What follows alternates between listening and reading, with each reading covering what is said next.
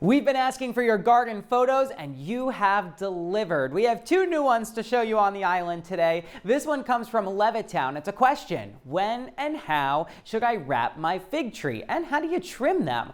Well, the good news is that most years fig trees don't need to be wrapped, especially in milder neighborhoods like Levittown. But branch dieback does happen on these trees when temperatures drop below 15. So if you wrap your tree December through February with cloths and burlap, you might end up having less dieback and more fruit. I would not prune your fig tree if you don't have to, because you're going to get more fruit. But if you do feel like you need to prune your tree, wait until growth starts again in the spring. We have a whole guide on this on our website with more information under fig trees in the features tab.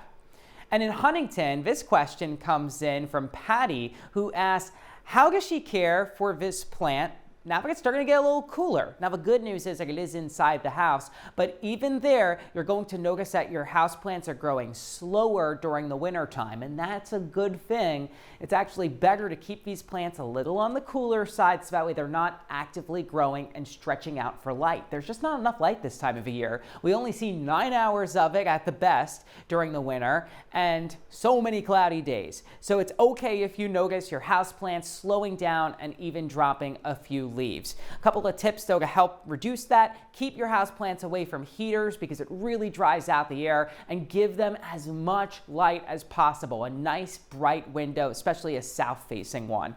Do you have a gorgeous garden or a plant problem that you'd like to share? Let's keep the conversation going. Head on over to our website and upload your photos. I'll answer your questions and give you a shout out right here on News 12, and you can also find me on social media, especially if you're a little bit more shy. Happy gardening.